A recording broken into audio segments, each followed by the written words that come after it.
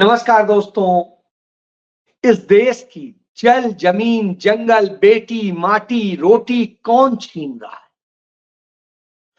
कौन नहीं चाहता है कि इस देश की बेटियां दुनिया में सम्मान का परचम लहराएं? कौन नहीं चाहता है कि इस देश की बेटियों को सेक्स रैकेट में फंसाने वालों को संरक्षण दिया जाए? कौन नहीं चाहता है कि इस देश में बलात्कारियों को अपने घर में रखा जाए? और किस तरीके से एक साजिश रची जाती है? वो साजिश कौन रच रहा है? इसी पर आज बात करता हूं। बटोगे, कटोगे और न जाने क्या क्या चीजें आज के समय में चुनाव में कही जाती हैं।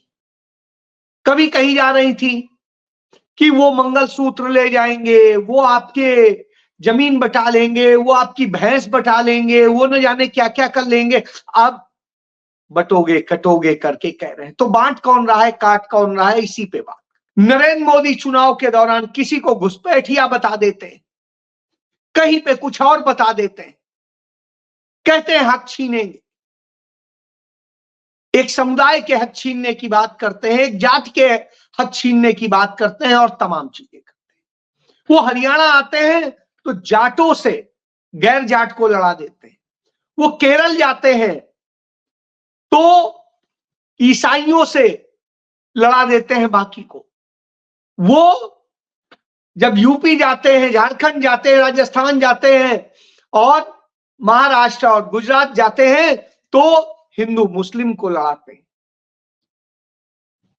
वो कर्नाटक जाते हैं तो वहां लड़ाते हैं तमिलियन और कन्नड़ वाले लोगों को। वो आंध्र प्रदेश और तेलंगाना में भी यही करते हैं। वो बंगाल में जाके हिंदू मुस्लिम करते हैं। वो जब नॉर्थ ईस्ट में जाते हैं तो वहां ईसाई हिंदू लड़ाते हैं। जब असम आते हैं तो हिंदू मुस्लिम लड़ाते हैं। कहीं आदिवासियों से लड़ाते हैं, गैर आदिवासी आदिवासियों के बीच लड़ाते हैं। वो जब छत्तीसगढ़ पहुंचते हैं, मध्य प्रदेश पहुंचते हैं और फिर कहते हैं कि वो बेटी भी ले जाएंगे, वो रोटी भी ले जाएंगे, वो माटी भी ले जाएंगे। तो साहब ये ले कौन जा रहा है? बेटी जब वो कहते हैं तो हमें अंकिता भंडारी याद आती है। वो अंकिता भंडारी जो एक हिंदू परिवार की ही बेटी थी, उसको कैसे भाजपाई ले गए ये किसी से छिपा नहीं।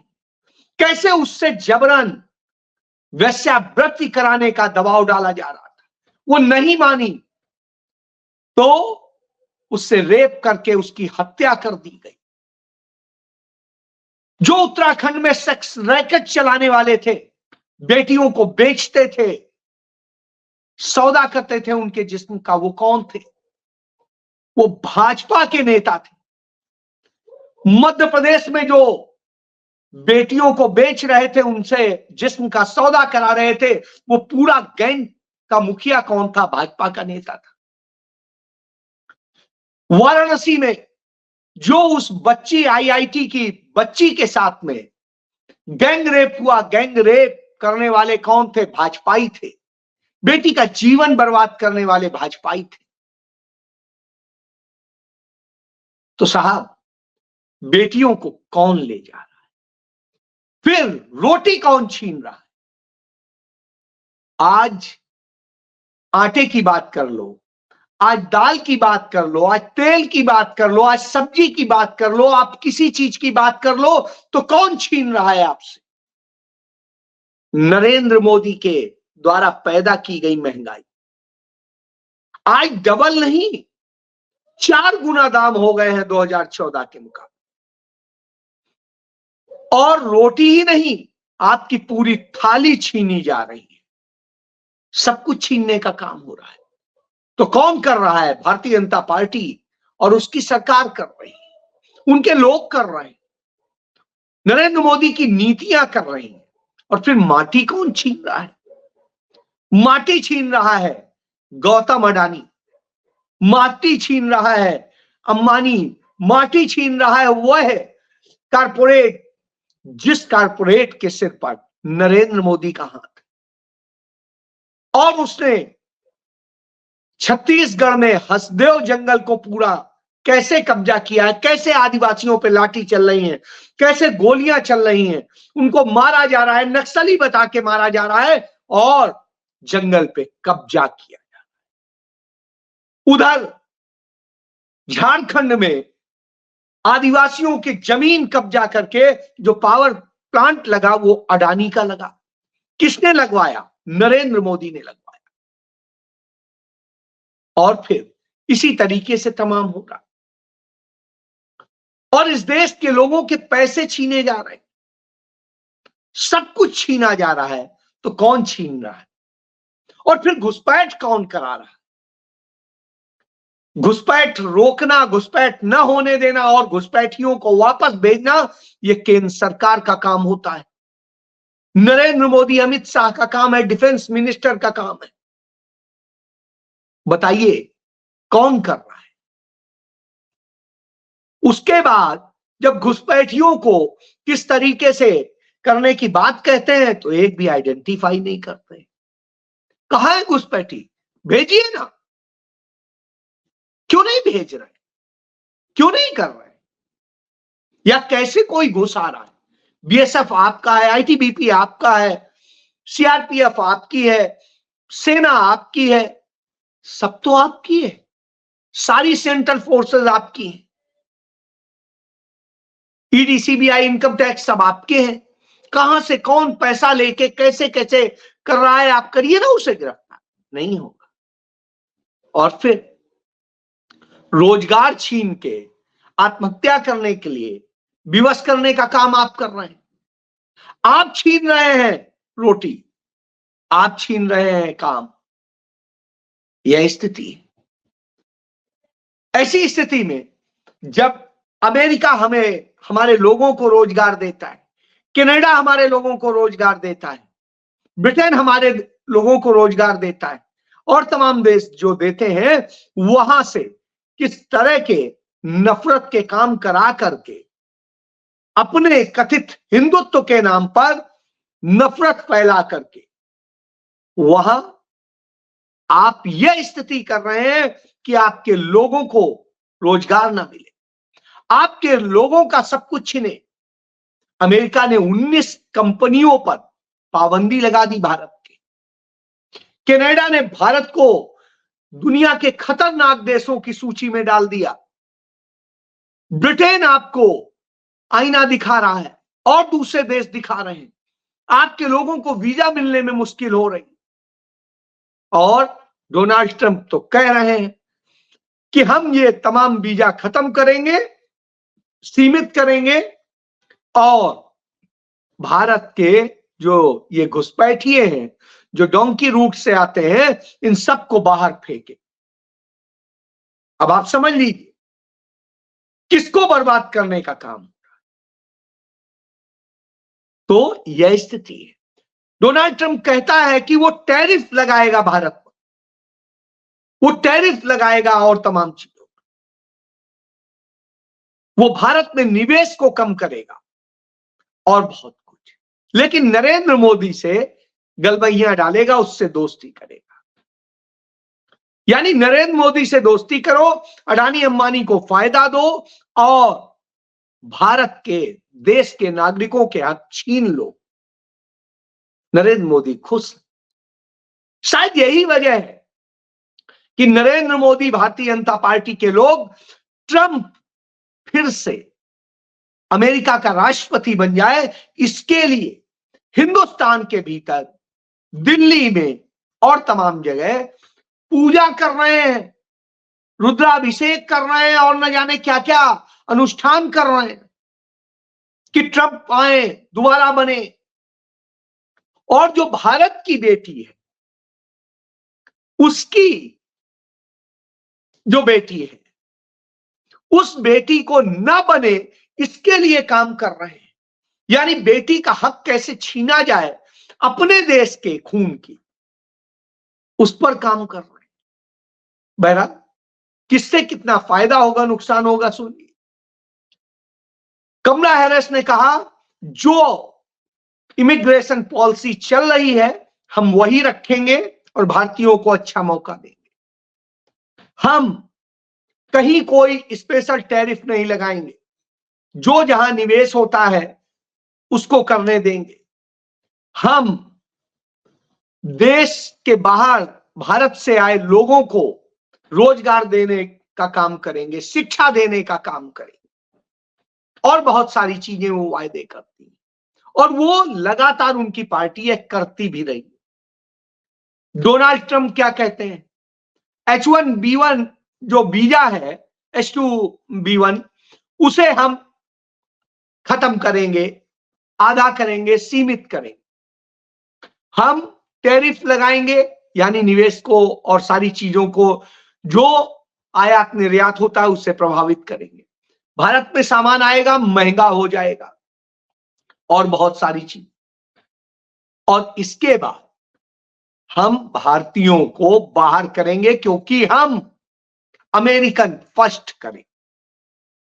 अब आप सोचिए जैसे नरेंद्र मोदी का है तो उसी तरीके की बातें वो कर रहा है और जब यह बातें कर रहा है तो आप समझ लीजिए कि भारत का कितना नुकसान करने जा रहा है। और नरेंद्र मोदी और उनके समर्थक उसे जिताने के लिए कैंपेन करवा रहे हैं। इसी तरह के कैंपेन मंदिरों से चल रहे हैं। वो मंदिर जो मंदिर असल में हिंदू मंदिर नहीं है, वो गुजरात के जो अक्षरधाम है जिस समूह का सारे वो मंदिर होते हैं, ये उनके मंदिर है। उन्हें वहां हिंदू ही मंदिर समझा जाता है, यहां भी लोग यही समझते हैं, लेकिन वो मंदिर असल में नहीं होते। वहां हमारे हिंदू मैथोलॉजी के हिसाब से अनुष्ठान नहीं होते, तो वहां से नफरत पनपाई जाती है। कनाडा में भारतीय हाई कमीशन के लोग उस मंदिर के अंदर राजनीतिक ढंग से कार्यक्रम कर रहे थे और नफरत फैलाने का काम कर रहे थे। उन पर हमला किया गया, उन कट्टरपंथियों पर हमला किया गया था और कट्टरपंथियों पर कट्टरपंथियों ने ही हमला किया था, किसी सामान्य ने नहीं किया था, वहां की सरकार ने नहीं किया था। तो इससे समझिए भारत के लोगों के लिए कितना बड़ा खतरा पैदा करने का काम नरेंद्र मोदी करवा रहे हैं। और जब यह कराते हैं तब आता है कि देश में आप क्या बनाना चाहते हैं और क्या करना चाहते हैं। तो देश की दशा निश्चित रूप से चिंताजनक है कि कैसे आपने क्या क्या किया है, देश को बर्बाद करने का काम किया है।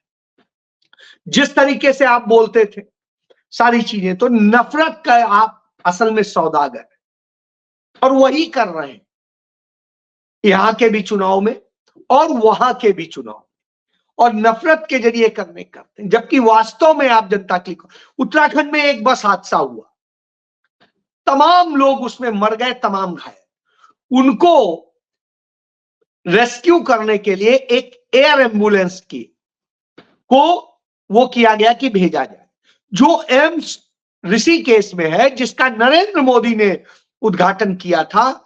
जब उसको स्टार्ट करने की बारी आई तो पता चला वो रद्दी माल है, उसमें कुछ है ही नहीं और वो नहीं उड़ सकी, स्टार्ट नहीं हो सकी। अब आप समझ लीजिए ऐसी चीजें खरीद के अडानी अंबानी जैसे लोगों को लाभ दिया जाता है, उनके जरिए किया जाता है। गंगा सफाई का आप देख ही चुके हैं किस तरीके से होता है। तो ये वो करते हैं और फिर जिस तरीके से मैंने बताया कि ये आपका सब कुछ छीनने का काम करते हैं तो वो कर देते हैं। इसीलिए मल्लिकार्जुन खड़गे ने झारखंड में कहा कटेंगे तो बटेंगे का नारा वो दे रहे हैं जो खुद ही बांट रहे हैं और खुद ही काट रहे हैं। जो काटते हैं बांटते हैं वो ये कह रहे हैं हम तो जोड़ने की राजनीति करते हैं, हम तो कहते हैं सर्वजन एक है। हमने ओबीसी को हक देने की बात की, हमने आदिवासियों को की, हमने दलितों को की। क्यों नहीं वो पास किया हुआ प्रस्ताव भारत सरकार दाबे बैठी है? क्यों नहीं भारत सरकार उनका पैसा दे रही है जिससे आदिवासियों का कल्याण किया जा सके। जो पैसा उस राज्य का है, कोई एहसान नहीं, पैकेज नहीं देंगे बिहार की तरह या आंध्र प्रदेश की तरह, तो यह आप समझ लीजिए। तो कांग्रेस ने अपने राज्यों में जो गारंटियां दी हैं उन्हें पूरा करके दिखा रही है। तो सबसे बड़ी बात है कि जो गारंटियां दी उन्हें पूरा कर रहे हैं। आप जो गारंटियां देते हैं वही झूठ साबित होती है कि आज तक 2 करोड़ रोजगार हर साल देंगे, क्या दिए गए? नहीं दिए गए, उल्टा बेरोजगार किया जा रहा है। इसी तरीके से क्या हर व्यक्ति को पक्का मकान हो गया 2022 तक? नहीं हुआ, 2024 में हम बात कर रहे हैं।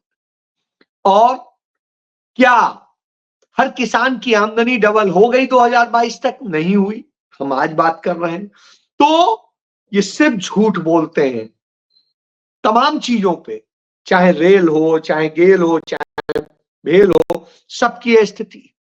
तो आप इससे समझ लीजिए नरेंद्र मोदी सरकार की विदेश नीति के कारण क्या हुआ है। भारत से विदेशी निवेशक 94,000 करोड़ रुपया समेटकर चंद दिनों में चाइना चले गए और कनाडा ने भारत को 5 खतरनाक देशों की सूची में डाल दिया। नेपाल ने अपने नोट पर जो नक्शा छापा उसमें भारतीय जमीन को अपना बता दिया। अमेरिका ने 19 कंपनियों को बैन कर दिया। तो अब आप समझ लीजिए, ऐसे में हमें मणिशंकर अय्यर की वह बात याद आती है कि यह शख्स बहुत नीच व्यक्ति है। अब बताइए आप क्या सोचते हैं, क्योंकि स्थितियां तो ऐसी। जय